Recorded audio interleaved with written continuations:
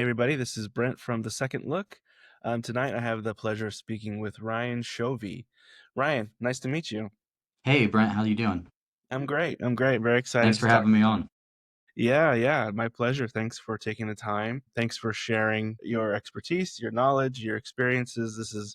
These conversations are really for everybody to kind of learn from each other, get advice, ideas, see what everyone else is doing to try and kind of, as we're all kind of making our way, in this business, in this profession, in this hobby that's more than a hobby. Yeah, that's a great way to put it. Yeah.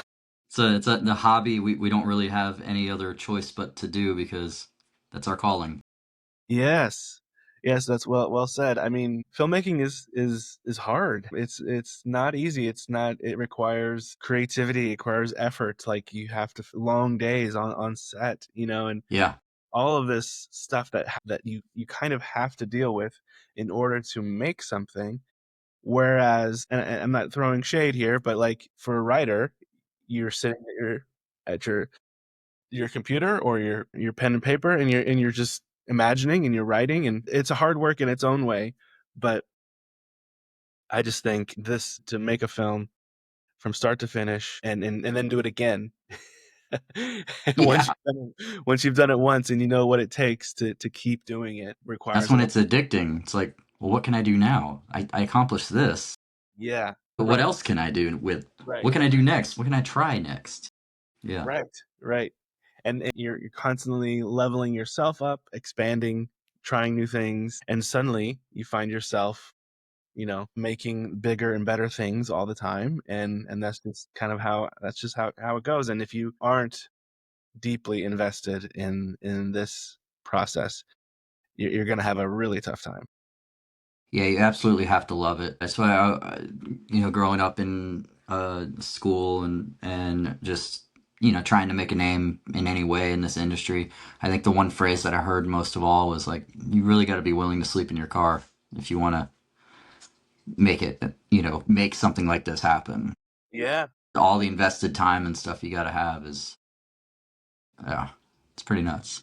Yeah, and it kind of takes over your life. In the beginning, if you're like funding things, it's taking your money, it's taking your time, all your creative energy, but the rewards on the other end of it for people who have done it know that that feeling is kind of irreplaceable. Yeah, that first time that I experienced one of my films with a crowd, and then the crowd actually cheered at the end or clapped or whatever, it's Yeah. like, yeah, it was all worth it. Oh, I mean, yeah, totally. You hear about comedians, right, talking about their first laugh, or maybe going on stage and just making a room of strangers react in some sort of positive way, right? Right, right. Yeah, and you get hooked. All right, so going back, when did this journey begin for you, and how did it begin? Wow. How do I unpack that moment? I would say I got bit by the bug. Well, I've always been a creative. I like to say that I've always been making films without even with a camera when I was a Yeah. kid. Just the way looking back in hindsight, just the way that I would see like how my friends and I would like pretend to be Power Rangers or Ninja Turtles or something and be like, I was always the one being like, okay, you over there, do this. And then we're going to come over here and do this. Okay, remember we just did this? Now we're going to come around and do this. Like I was directing, I was staging, I was blocking, and Yeah. we didn't have any camera or anything, but I was just doing that by instinct. And also writing, I was always drawing and making my own little comic books or things like that all through elementary school, middle school. And I didn't actually hit the film bug. It was after I graduated high school. I thought I was going to be a musician. I thought I was going to be in a band or something.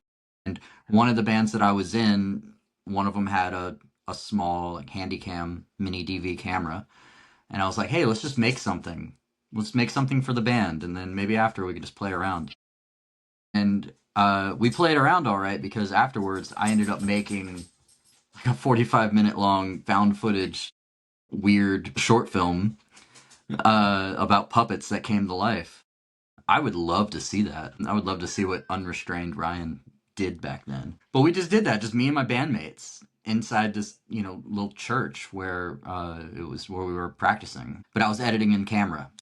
So I would say that's where I kind of got the bug started for it. And then I started working. I started just playing around with some editing programs. This is back before Premiere. This is Sony Vegas, I think, is where I really started. Or Pinnacle, no, Pinnacle Editing Studio. That's what it was called. Mm, And it was just over the shelf, over the counter editing program you could get at yeah, the store.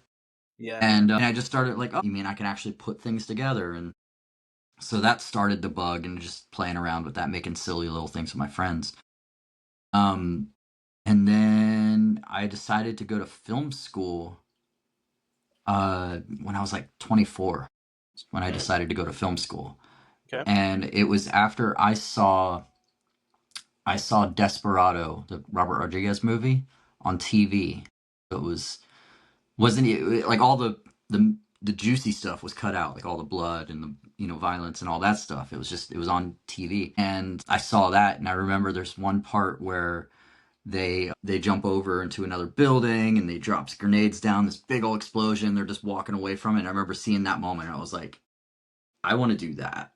I didn't know what that was, but I was like, I want to create that moment. I want to do that. And I dove into everything that Robert Rodriguez has to offer. I read Rebel Without a Crew. I watched all of his 10-minute film schools on all the DVDs that I had. Yeah. Worked at Hollywood Video, rented everything that had behind the scenes on it and stuff, so I could be like, how do I do this? Mm-hmm. And then I finally went to film school, and yeah, it's pretty much where it got going from there, where I could actually use real tools to make some fun stuff. Yeah. Wow. Okay. This is great. This is like talking to myself here because Rodriguez was also very formative for me. Sure. Reading Rebel Without a Crew kind of changed my life. Like it was a monumental read.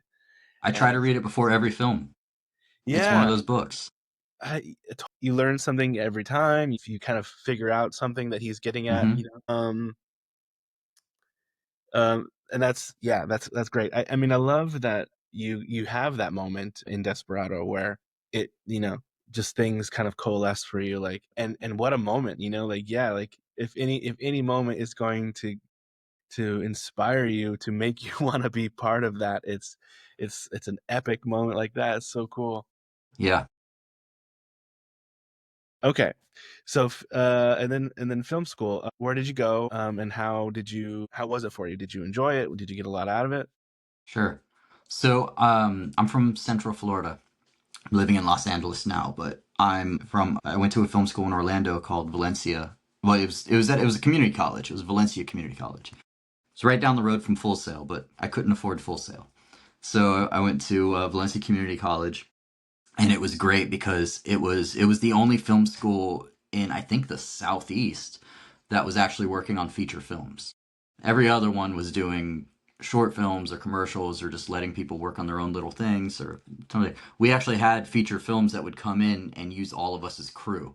So we would get to be on a feature. We would leave with actual feature credits, Whoa. as like grip or PA or what was that? It was behind the scenes, second assistant editor or second assistant director, second AC, like things, all these different jobs that we were able to do. Hmm. Um, that school is great because they started when Universal Studios Orlando was created, and they were doing like they're trying to make Hollywood East. It was a big thing. So there's actual video footage of Steven Spielberg name dropping that school, Valencia College, being like, this is the premier school to go to because they're learning all how to be everything you want to be on a film set. And they show us that video, they show us that clip on day one of the class. They're like, here's what we did. And we got this name drop from Steven Spielberg. And they just had their 40th, or no, 30th celebration, 30 years. And they were posting that clip online and stuff. It was Hmm. great. Uh, but it was more of a below the line school. It was more of, you're there for like a year. You learn how to be, like I said, a grip. You learn how to, I learned how to change film in a black bag. Never worked on film. Never got to actually work on it, but I did that. Learned how to be a boom op. I went on to other features as a boom operator. So it was great in that aspect. But my aspirations were I wanted to be a director. I wanted to make my own stuff. Mhm. And I really pushed my boundaries, I guess, with what the school had to offer. Like I was the only one to film a whole I'm sorry. Hey, get out of here. My dog. I was the only one to film a whole short film all on green screen. And this was at a time where you could only use like what was it? It was After Effects. It was before the Creative Suite, so it was, standalone After Effects. It was the first time After Effects was put on the Mac, so I had to learn it from there. And I basically made this whole film. We shot it on green screen. I didn't know what I was doing, but because I watched the behind the scenes of Sin City, he showed how Rodriguez did his green screen. So I was like, I could do that. I didn't use any tracking markers. I'm in there doing handheld. It was horrible. But I finished the film. It was great. And like I was having to go in there and be like, okay, I have a close up of his foot and the camera's moving. So where would the floor be? And I'm like digitally putting the floor underneath his foot to get Mm, it to like, camera match and stuff. And it came out great. But because of that, I was able to make my first real big short film, which was an adaptation of Edgar Allan Poe's The Telltale Heart.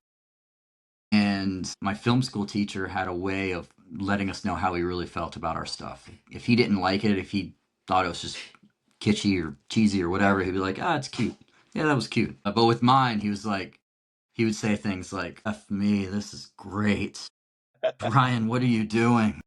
And I'm just showing him like footage of I just created this shot in After Effects and I had the actors in it. And he's like, you shot that right here? And I'm like, yeah. And he's like, it looks like New England. I'm like, thanks. yeah. Um, but that was it was a great time for all that stuff. Once I was able to like actually start to use the gear and use the equipment, I had a great time. I was able to get what I needed out of that film school because it taught me, well, biggest thing, it taught me set etiquette. It taught me walkie etiquette. It taught me how to be on set, and which was great for all the jobs I had to do since then, just being on Hmm. different sets and stuff. But it also just it made it very tangible for me to do things because on the different projects I would come in, I would be like the behind the scenes videographer. So then I'd have something I have to direct and shoot and then edit and hand over. That was really imperative to that time in my life. So for that aspect, I say it's great. Then I just started working and I just started getting post-production gigs right after school.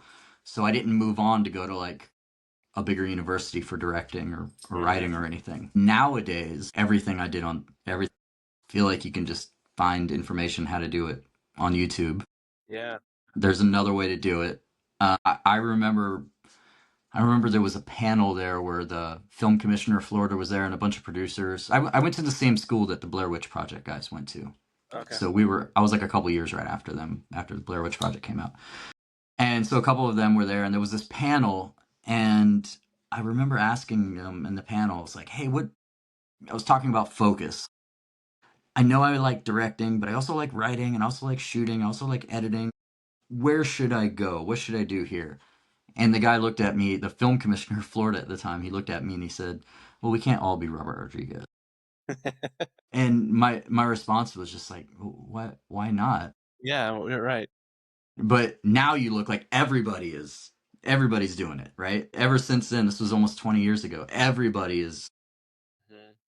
putting all their films together with duct tape and doing all the jobs and doing a great job. Yeah, right. So I might have trailed off a little bit there, but I hope I answered your No, question. no, that was great. That was great. I'm really intrigued by the kind of the setup of the film school and how it works. I've never heard of that before, but it sounds, yeah, it sounds. I think what you pointed out, there's some pros and cons to that. You don't get to maybe work on your own projects as much as you'd want to, but you're also getting in exchange for that kind of real world experience on other people's sets.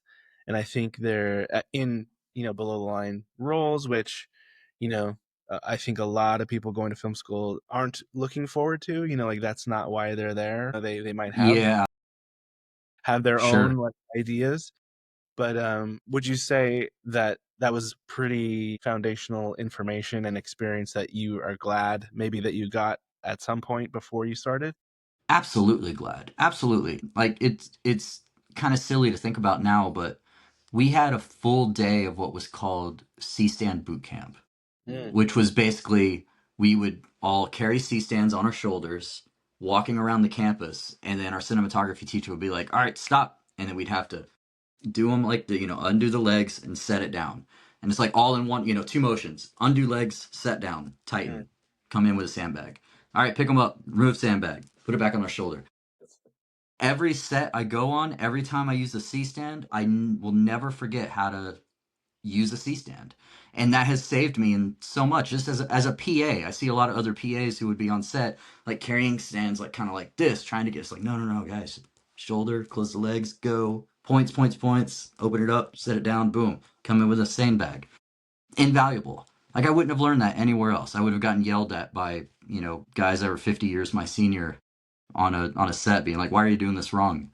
Like yeah. stuff like that, or even as simple as, like I said, walkie etiquette. Like that is invaluable when you start working on sets, especially if you're a PA and you want to move up. It's like if you understand walkie etiquette, if you understand, copy and what channels you're supposed to be on, what channels you're not supposed to be on, when to say 10-2, when not to say anything at all, when not to be talking, like all that stuff. It's Yeah.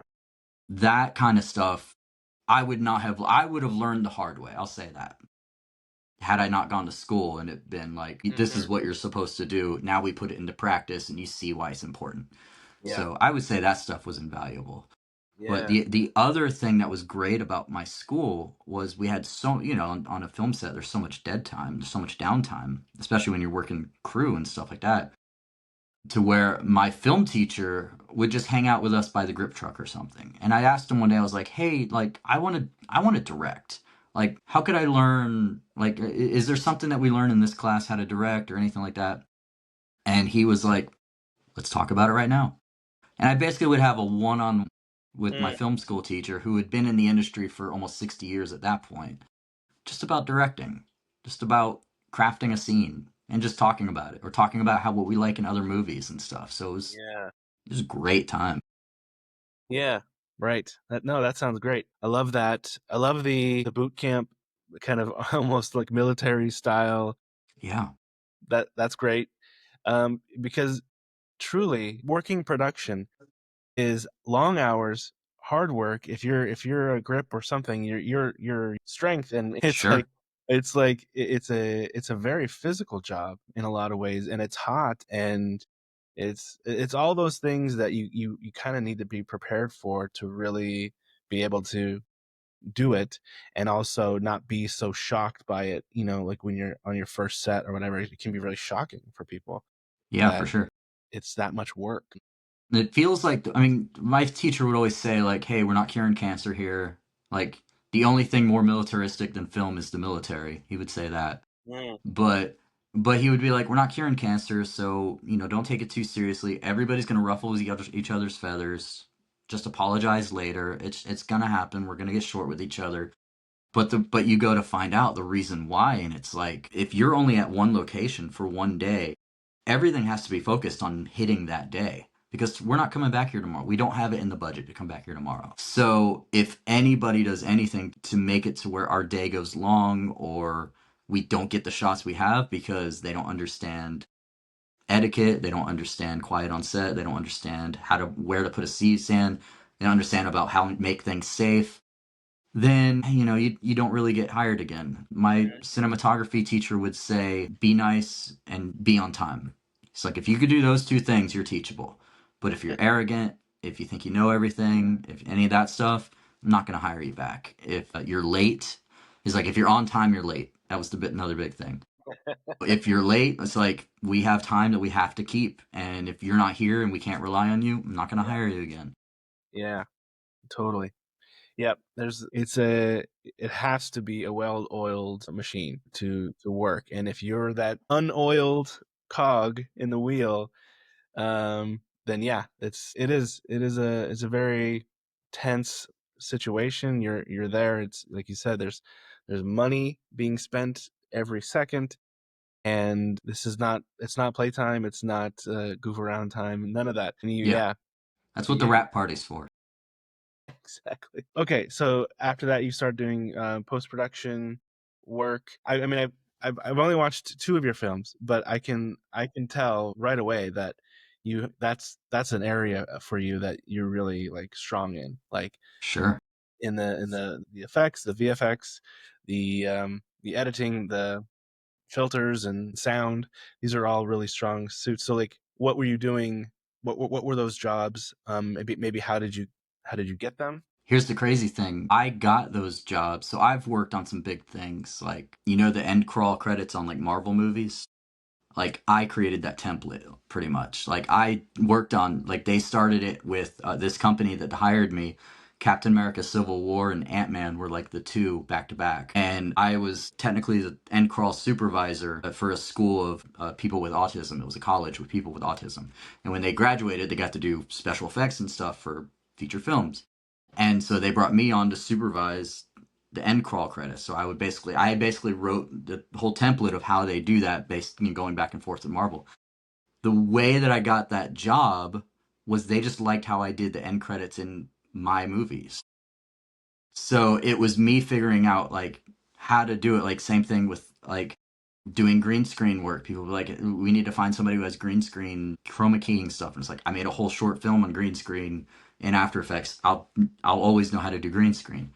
You know, so based on the work that I was just doing on my own, I was able to get post production jobs, editing jobs, colorist jobs, visual effects, graphic design, all kinds of stuff. I make my own movie posters, so I was always able to find like bits of work here and there doing that kind of stuff.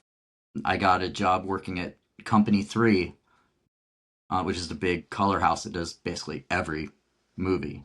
And I worked on like Joker and Jojo Rabbit, and there was that time stretch right there. It was like a bunch of just amazing movies that I got to work on, and that was just because I did, I would do my own color, stuff like that. So I was the filmmaker that, and I don't mean to call it the cast shame on anybody. Everybody has their own way of doing things.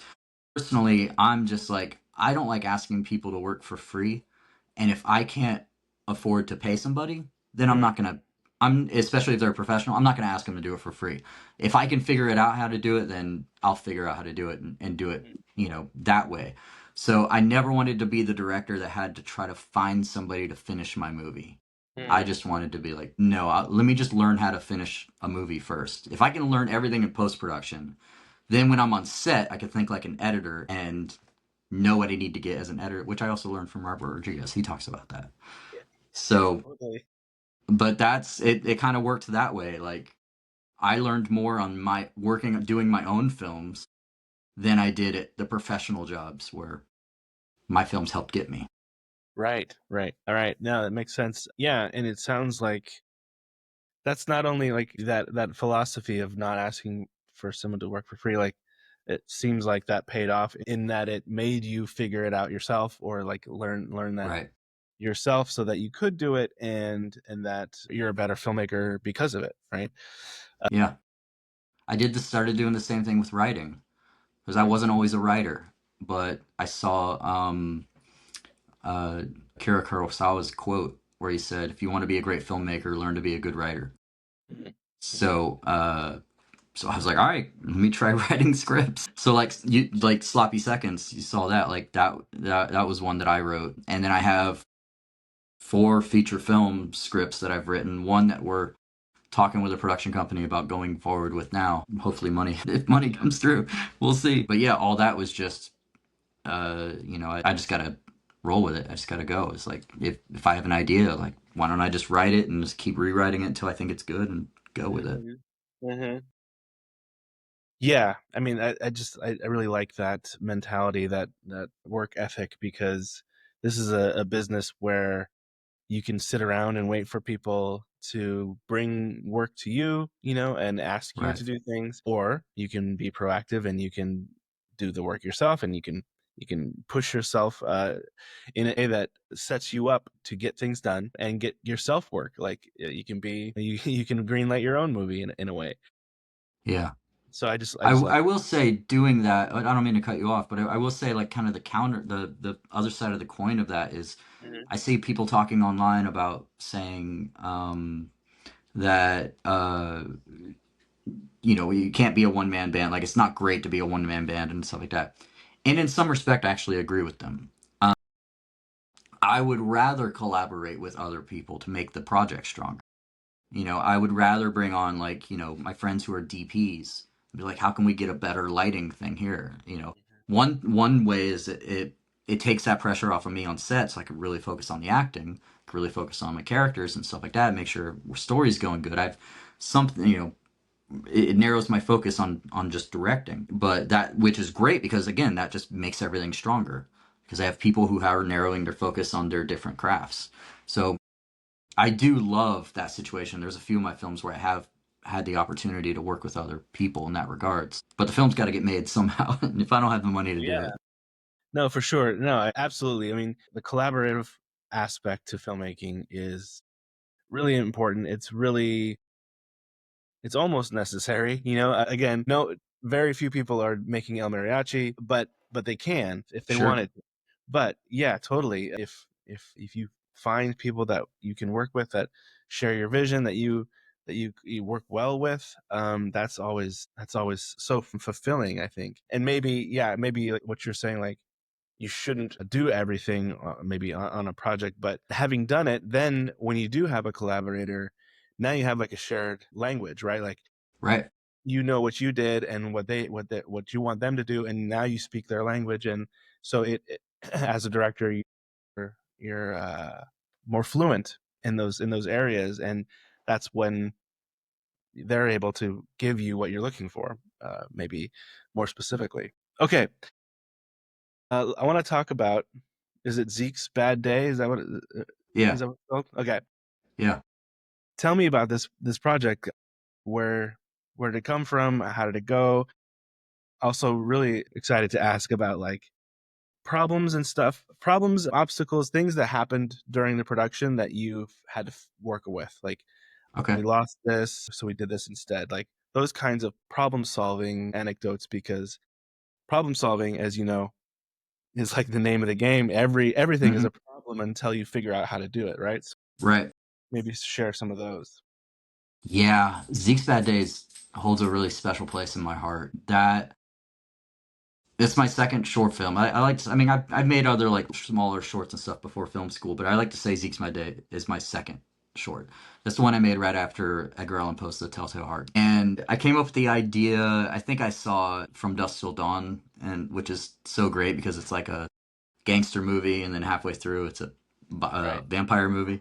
So I right. was like, man, well, what if I wanted to kind of do that with a zombie thing? I was like, what if it's like, at the beginning it's like a John Hughes kind of come into your own type movie, and then halfway through it's all of a sudden zombies out of place. So I had that idea and I started writing the script, and then I saw at the time, I think it was a writer's strike of like 2009, 2008 or something, 2007 actually. And Joss Whedon had put out Dr. Horrible's sing along blog. It's like the first web series, right? It was a 3-part Yeah, web miniseries. yeah, yeah. And so I was like, now that's cool. It's like that I could do, if I could do this as 3 episodes and tell a full story, that could be really fun. So Hmm. that's what we did. The version that you saw was, I ended up putting it all together as one short film, Okay, okay. but it's 3 distinct episodes. All right. So we wrote it that way, and so I went to my film school. This is after I got out of film school, and I said, hey, I gave him the script and I pitched him the idea, and he said, we lost a spot for a film to come in and use the students. Why don't we just put this there? And I was like, great. So I got Yeah, to go to the next year and be a director with a film coming in and having all the students be my crew. So that's great. it was great. I got to use all the equipment. My one of my classmates was my DP. We got to make it happen. That was probably the best thing we could ask for. But I do have a couple small anecdotes. So there's this one part. I went to school in Orlando. I'm from Ocala, which is about 45 minutes north, and a 45 minutes drive north up the highway. And I really wanted, there's this part in the movie where at the beginning of episode 2, there's a guy driving in a truck, and it's like he's there's a guy with a gun with him. You don't really know much about what's going on, but we see a canister fall over the edge, and that was the idea. Was this is what toxic waste, and it seeps into the nearby cemetery, and that's what creates the zombies. And so we had it to where when you watch it in the film, it's just like we see them, and then we kind of dolly over, and we see the barrel fall out, and then there's a big gaping hole in it, and then we just see it seeping out. Throughout the episode, we cut back to it. What was supposed to happen right there was the ending was the same. The barrel falls off the truck, and it was just supposed to be there. And then sometime in the middle of the night, we were supposed to cut back to where we'd see like an old junker pickup truck driving up, and two like very kind of good old boy hillbilly-ish kind of characters get out and be like, "Hey, maybe we can make some money on this." And they both put it in the back of the truck, and while putting it back in the truck, the lid pops open and it falls over on one of them, and they're like, "Oh, crap, let's just get out of here." And then they leave it there, and we start seeing the fog go out. But as the truck's going down, we see it kind of verge a little bit, or veer a little bit, and Yeah. then we realize one character turned into a zombie and kills the other guy. Uh-huh. And those parts were supposed to be played by my dad was supposed to play one of those parts, and then his best friend who owned a mechanic shop that also sold used cars, and they had this perfect like 1970s red pickup truck. And so that was so I didn't write the scene until I realized, hey, can we use that? Also, I want to use both of you in it. And in fact, this friend was also he was an actor. He wanted to be an actor, so I gave him a part in my Edgar Allan Poe movie. So he had already worked with me, and then so he was best friends with my dad. So they were gonna. So the plan was they were driving down the day of us shooting, and they were gonna shoot the scene on the back lot area of Valencia College. And so we're on set, we're filming, and then I get a phone call from my dad, and like, hey, what's up? And he goes, so the transmission just totally blew out on this truck. Like we were on our way, and we were like maybe 20 minutes down on the highway, and the transmission just fell right out. We have to get it towed back and all this stuff. Oh, man. And I'm like, oh no, that part would have been so much fun, because they're just like getting them two together anyways. Like Yeah, have a yeah, couple beers in them, a Florida bonfire. Like it's crazy. Like everybody's having a good time. Everybody's laughing it up. So I was like, that would have been so good. It would have added so much, and it would have been a perfect moment to get us to zombies with these right. two like kind of yuckleheads, messing things up. And which is just my weird kind of a sense of humor in a way too. Just like a very innocuous thing causes this huge Sure. damage. So anyway, so we had to pivot, and we didn't have a lot of time to pivot. So it's just like, all right, well, we'll just cut out the whole section of somebody coming and picking up the thing. It's just it falls off, and then when it falls off, it has a big gaping hole in it. And then we cut back to it later where there's like green mist coming out of it. And so it works. It works Yeah, totally fine. yeah, Nobody ever would have known. But it's just that one element like I wish we could have done. But it's fine that it's not there. yeah. No, those nice to haves versus the must haves. And sounds like it was a nice to have, but when you're so excited, when you're like ready for it, when you have it in your head, trying to divorce yourself from that idea is tough, right? You're Yeah, probably trying to figure out your first resort is, okay, who else can we have act in that scene, right? Like, how right. can we save that? And then it becomes a matter of like, how much time do you spend on set trying to figure that out, plan B, C, D, and because then you have to move on, Right. and it's the knowing how much time to give yourself to figure it out, or we're moving on, like that kind of thing. So that's a great lesson right there. Yeah, and it was a pretty snap decision. It was like we didn't really have any other choices because we were already on set filming. We were supposed to film that as it was getting darker. We were going to film that moment. They were supposed to be there like an hour before dark, Huh? and yeah. So we were able to shift, and it was just like luckily we had a much larger crew than we needed because we had all these students on set, Right. and so it was just like, all right, well we have this barrel, just break a hole into it. Let me see how the hole look. And then they did it, and they made the hole too big, and I'm like, oh shoot, I can't make this look realistic. All right, it just has this big hole in it. It's fine. It's fine. We're making a zombie flick, I guess. So this is fine. So that was like the big thing, or that was one of the big moments that happened. But then you start finding little happy accidents as you start going, like towards the end when it's all the zombie mayhem, there's in a small house and like a garage and all these zombies show up and then the cops show up and just start shooting them. You know, like we didn't have money for cop cars, so it's like, okay, great, but we had LED lights that could be just red and blue, you know, Uh-huh. and so we did that. And then digitally I was able to add like sparks on the wall and stuff, and you end up finding little moments like, oh, I could just remove this guy's head. That guy's head just pops off. It's like I could do that digitally. You know, you could just find little moments like that, which was really great. But that was a really fun production. Like we didn't expect a lot. I think we had $1,000 really, but it's because we had the students and the school and everything. It made it look a lot better and a lot bigger. We also had the clout to go around town and be able to get shots at like big cemetery and all this stuff. Like Yeah. we were able to use that to our benefit. But like the guy who came and did our zombie makeup, this makeup artist named Lee Grimes, he just got done working on Zombieland, and then he came it out for free and just made our zombies. Whoa. Worked with our students. It was so much fun. Yeah.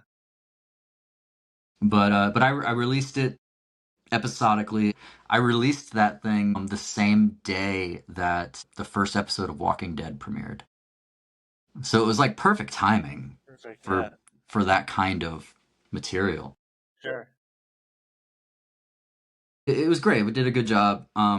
But and it played at a few film festivals as a short film, which was great. But the best thing was I had one film festival actually play it in a block and separate it out in episodes.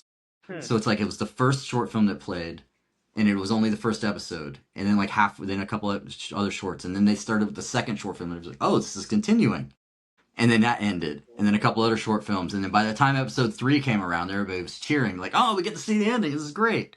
It's That's one of the cool. best experiences. Best Oh experiences. yeah. Yeah, That's nice. but Yeah. No, it's great. I think I can see it. Definitely works as a, you know, a compiled short. But yeah, I can see where that would be a lot of fun because especially like the three modes of the film, like each episode has its own kind of. It seems like I can imagine where the separations would be. yeah. In my limited understanding of storytelling at the time, each episode was a different act.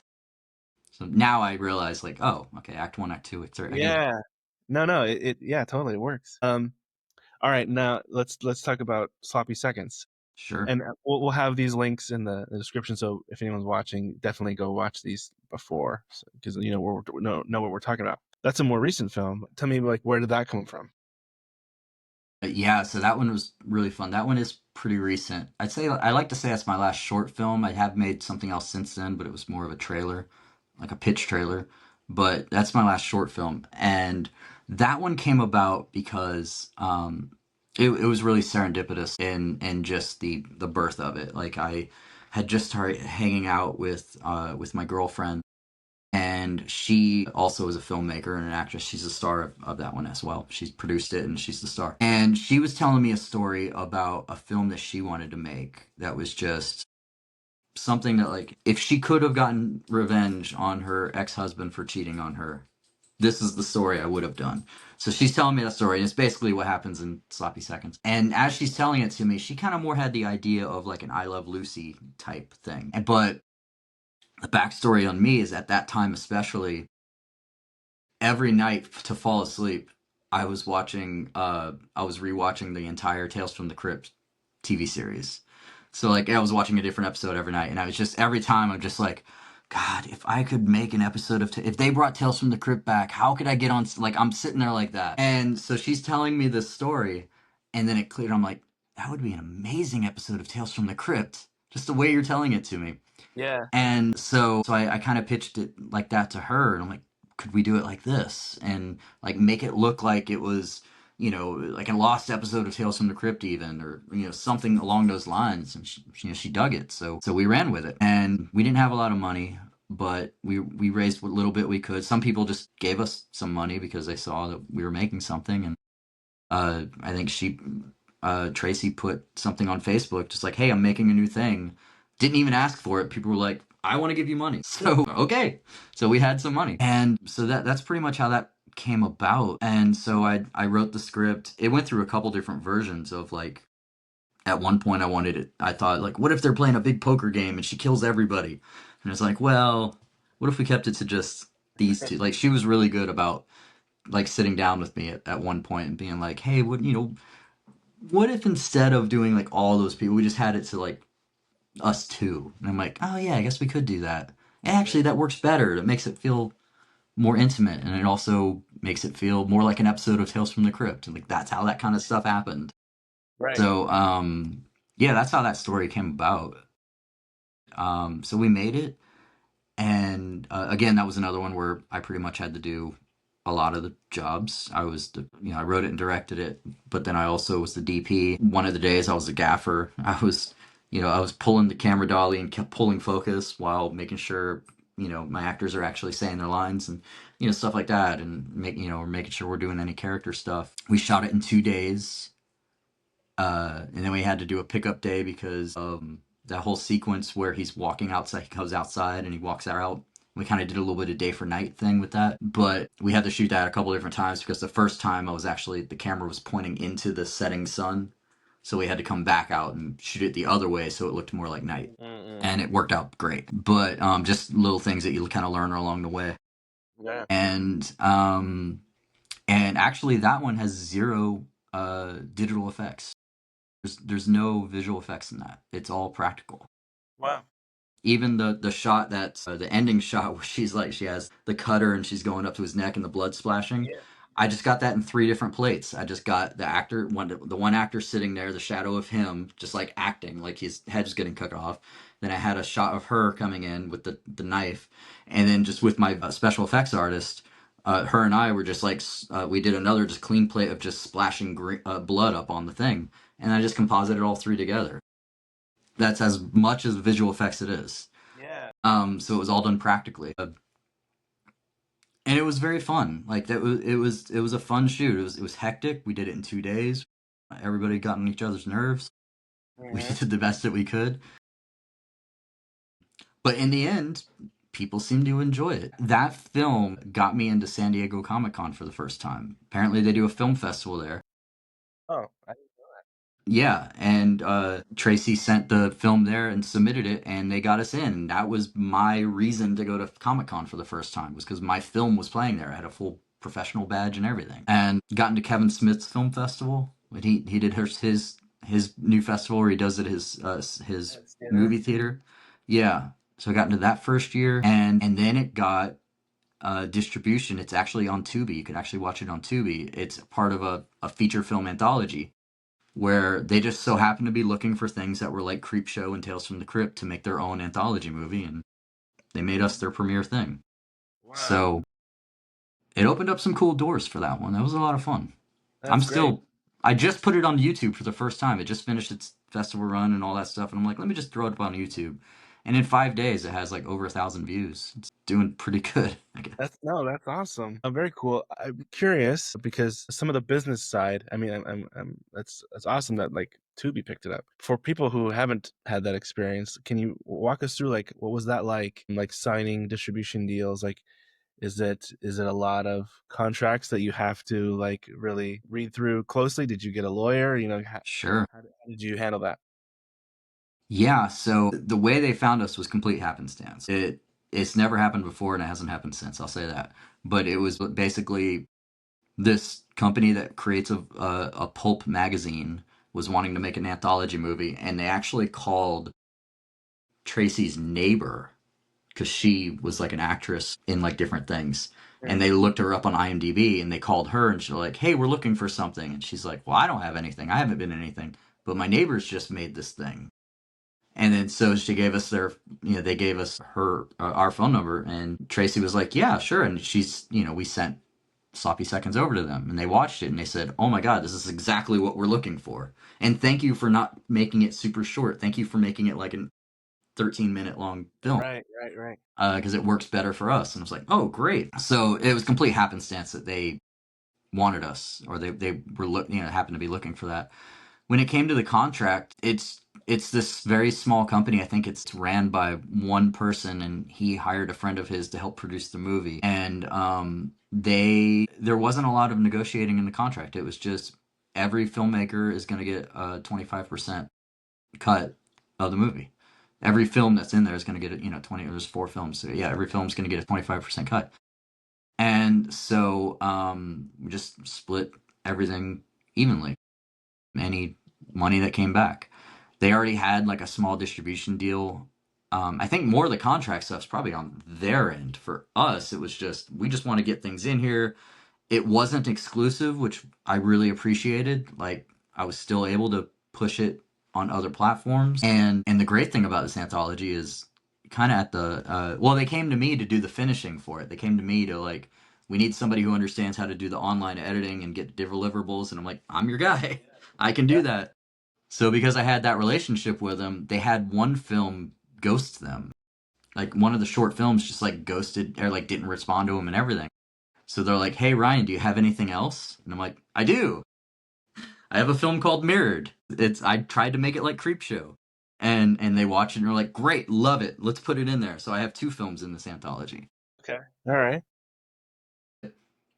But yeah, with the paperwork for this one, we did have lawyer friends look at it. One of the people who gave us money for Sloppy Seconds is a lawyer friend of Tracy's, and she read through the contract on a fine and tooth comb, and was like, yeah, there's something that's it's a very basic, straightforward. There's doesn't seem like there's anything shady in here. Sounds good to go. Likewise, my other film, Mirrored, that I made with, well, I didn't write it. Another friend of mine wrote it and produced it. But I let her know, hey, we're going to get into this thing. Her sister is also a lawyer, so she also read through the contract. So I had two different lawyers for the two different projects. I'm like, yeah, this actually, it's not exclusive. Great. They're not trying to like pull a rug under us. We have had that happen before to where I've had other short films where companies would come to me like, "Hey, we really like this short film, but we want to buy it off you for $1," and then get all the exclusive rights and all the derivative rights. So if we ever want to make anything of it, we never have to talk to you again. We could just buy it off you. And I'm like, for $1? A lot of blood, sweat, and tears went into that for $1. So, but for this one, we didn't have that problem. It was actually a Mm. pretty, knock on wood, it was pretty decent experience. Yeah. No, that But it sounds was like it. complete happenstance. It wasn't like we weren't looking for it. We were just glad to get in some film festivals because I had taken a break from making films for a while. I focused on my writing for a few years and focused on some mental health stuff and things like that. So Sloppy Seconds was the first thing I made after like a 5 year break. Mm. And so I was just like, if we get into some film festivals, cool. I wasn't planning on getting distribution, and it found us. Right. Well, yeah, it's interesting. Like, and of course, it's just one of those stories that you hear kind of often. I knew this person who knew this person, and then that's how this happened. And I think there's something to that people I think should really kind of understand is that how much of this business is driven by just those kinds of circumstances, right? And then you to do like one of the best things you can do for your career is to kind of make sure you're connected in some way to that that ecosystem, right? Like, Yeah. so you moved from Florida to LA, sounds like, right? So you living in LA, you have a neighbor who's an actress, right? Yeah. And like, and as maybe there's pros and cons of living in LA, for sure. Yeah. One of the pros is that you throw a rock and you're going to hit somebody who is either doing it or in some capacity, so you have that connection, or they Hmm. know somebody, or they're married to some, like, just place yourself in proximity. Right. Seems like that has led to many connections that lead to something great. Yeah, man. I mean, right place, right time. Like, I got the first feature screenplay I ever wrote. I got an option for it because I was just in the bar that like my little local watering hole that I went to, and it was closing down, and it was just me and a couple other people and the bartender, and the other people were cross talking over me. One was a producer, one was a writer that did other things, and they were talking over me, saying the producer was like, "Yeah, I found this investor, and he really wants to make a low budget horror movie." He's like, "But I don't know anybody who writes horror movies." And then this other guy was like, "Oh man, I write like romantic comedies. Like I don't do." And so I was like, I'm almost choking on a chicken wing. I mean, like I write horror movies. And he's like, send it over to me. I'll read it. So he read it and he sent it over to his investor. And the investor was like, I love this. This is great. We could do this cheap. And I signed an option. I had a year option from that. We ended up not making the movie. Some other things had happened. But still, like, that opportunity would not have come had I not put myself out there in some way. I've met actors from films and TV shows that I love. Like, I grew up, you can't see it, but over here I have a poster for the Monster Squad movie. Mhm.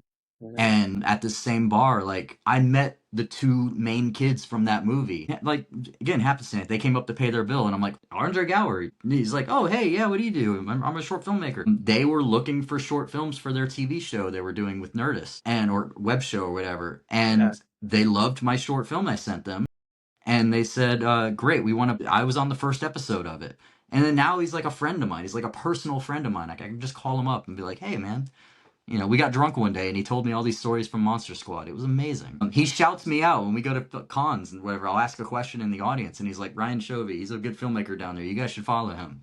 That stuff just happens just because you put yourself in these situations. And it's not like I was looking for that. I was depressed. I just wanted to go out and have a drink, you know? And then all of a sudden, it's like lead actor from one of my childhood films. Just the other day, I was at an Oscar party and I saw an actress from the Ash versus Evil Dead TV show. And I was afraid to say anything to her, but then I like struck up a conversation. It's like, I loved your character. She had like tears in her eyes. She grabbed my hand. She's like, I've come to terms that that might be the only thing I ever do in the industry. And you just made my year by saying that to me. And it was great. She became we had a great time just talking and stuff. And yeah, I'm an extreme introvert. I don't like going out, but I like going to like a little dive bar. I don't like going to a club. I like going to just a dive bar, sit somewhere, sit at the bar, talk to the bartender, whatever. And then I've made these connections and things have just happened just by being in a random place where other people like to just hang out. Yeah. Yeah. Yeah. That's great. I have a story similar, the same idea. I was living in Arizona, in Flagstaff.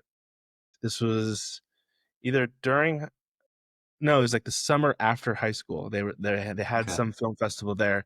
It wasn't big. It didn't last. I think it was over a year or two later or something. Anyways, I know that that's what I'm into. That's what I want to do. And there's nothing there, Right.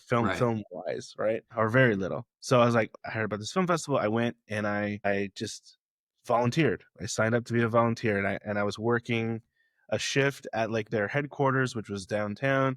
So we had posters up, and like people would come in and check it out, get a program or whatever. Mm-hmm. And this guy came in, and he was older guy, and he was talking to me, and turns out he's this producer guy who's from LA who's just happened to Mm-hmm. be in Flagstaff, um, and Raquel Welch's ex-husband apparently, There you go. and he's like, yeah, we're doing a movie, we're getting a movie ready to do, like shooting like the Canary Islands or something crazy, and I told him, oh, I'm actually moving, I'm going to school in LA, I'm leaving soon. He's like, well, when you're out there, hit me up. So I came out, Yeah. we had lunch, we talked a bit, and I was nothing ever came of that afterwards. Right. But honestly, even so, I guess my point here is that even if you don't live in LA or New York or one of the hubs, Atlanta or something, wherever you are, there is some little tiny spot, a little tiny hub of something, and you never know who's passing through town, Yeah. who might be there, who you might meet someone who then moves to LA, and then they remember you. You like, so find whatever that spot is wherever you are and take as much out of that as you can. It's the best. The things that I've learned about that though is like you don't want to go in being like, "Hey, I'm a filmmaker and I made this and oh, I got this. This is perfect for you" and stuff like that. Nobody wants to hear that. They hear that every day on every call, whatever. They don't want to hear that stuff. And what I've found is best is nobody wants just a random pitch thrown at them, but if they want to have just a conversation, have the conversation. If they bring up that they're looking for something, then Right. you're golden, right? Yeah. At that Yes. point, then they're like, "Oh man, I'm trying to do this." Ask it a leading question. Hey, what are you working on anything? Is anything have you excited right now? Like stuff like that. they'll tell you if they are, and then you can make your shot. But none of them, like, I'm sure if you saw that producer and you were like, oh, let me pitch you the best idea, you probably, he wouldn't have given you his number to meet up in LA, right? Totally. Totally. I was just a recent high school grad who loved movies, who was excited to move to LA. I don't know. Whatever he saw in me was enough to give me his card and offer to meet with me. And yeah, you're totally right that you have to approach those moments with some restraint, Yeah, some authenticity. Be yourself, be friendly, be nice, as your teacher said, right? you're Because right. Yeah, even at that very crucial moment, if you try to pretend you're something you're not, or try to be any sort of imposition on somebody, that's just the last thing that they want, and that won't get you anywhere. So be humble, be nice, just be a person, yeah, and they'll respond to that. agreed. Ryan, this was a fantastic conversation. Thank you so much for your time Yeah, of and course. for sharing everything. This was really great. A lot of great stuff in here. So thank you very much. Anybody's interested, there's going to be links to you and your stuff. So feel free to check that out. But yeah, thanks again. Welcome to the Second Look family. I'm excited to I'm see glad what you you. have this platform. I saw you on TikTok, and I'm like, yeah, that's what we should be doing. We should be talking about this kind of stuff. Yeah. No, thank you. That's what it's all about. It's amazing. So the response so far, like talking to you and others from Sure, literally all over the world, like that's great. and just kind of finding a community on TikTok of all places where things like this can, I don't know, work for us, by us, for us, kind of thing. Right. So yeah. Anyways, thank you for your time. Thank you for your awesome work. I really enjoyed your films. They're a lot of fun. Thanks. But yeah, thanks again. Have a good night, and we'll be in touch. All right, man. Appreciate it. Thanks. Thanks.